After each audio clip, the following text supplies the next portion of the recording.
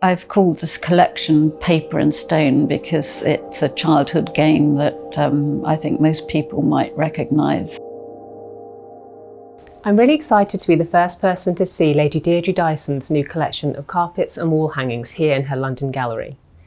Can you explain why you chose to focus on two such simple themes for the pieces? I've done quite a few paintings in the past of crumpled paper. I just like the exercise of creating something that's totally flat and making it look three-dimensional. So it draws quite directly on your background as a trained and practicing fine artist, would you say? Obviously just creative substances. Yes, it totally draws on that. And also I was trying to do something quieter colour-wise compared to the exhibition I've done for 2020, which was very bright and glittery because it was about glass. So I've noticed this kind of grid line pattern on the background of quite a few of the designs. I just happened to be in the studio downstairs trimming some photographs to squeeze into a portfolio, and suddenly realised I had a handful of offcuts which looked like spillikins when I put them on the floor. And I thought, well, this is a carpet, and I'll put the background in as the cutting board.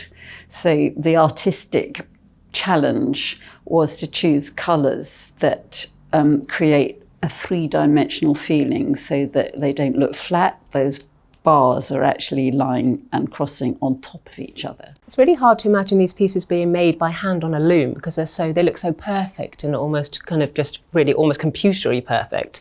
How are they made?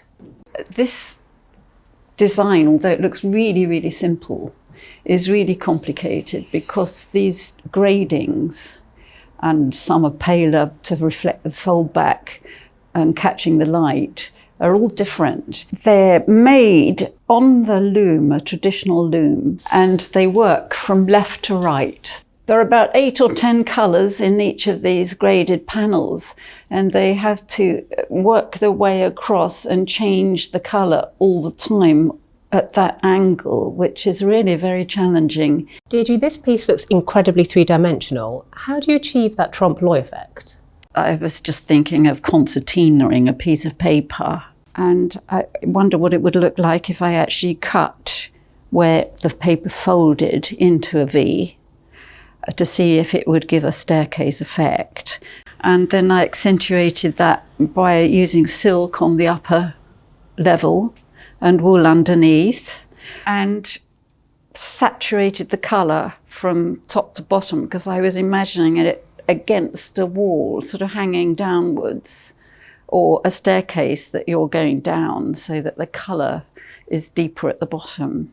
And am I right in thinking you've got a partnership with Goodweave? Yes, they monitor all the weavers. They will come and look at my craftspeople and where they work in order to make sure that there's no child labour. And it's lovely to realise that each carpet generates another contribution to Goodweave. And this piece behind me is called Love Letter, which really implies an interesting narrative. Is there a story behind it? It started off as just tearing a piece of A4 paper into strips. And I was actually going to put some grading between to lift it off the background, but they looked like blocks of stone. And I meant it to look like a letter. So I eliminated that and decided that I'd use the symbol of hugs and kisses. You can read into it what you like. So these pieces look and feel very different to what we've seen upstairs. I've made them all in silk, apart from the grouting, which is wool. So again, a serious challenge for our craftspeople. And I've made them quite a lot thinner so that they're lighter to suspend. And this one at that end was a panel of beautiful inlaid stone that I saw in a castle in the south of France. And this is just to represent mosaics that are laid like jewellery. And so really they're a homage to the skill of stone laying. So the paper and stone collections now on view in your London and your new Paris gallery, is that right? Correct, yes.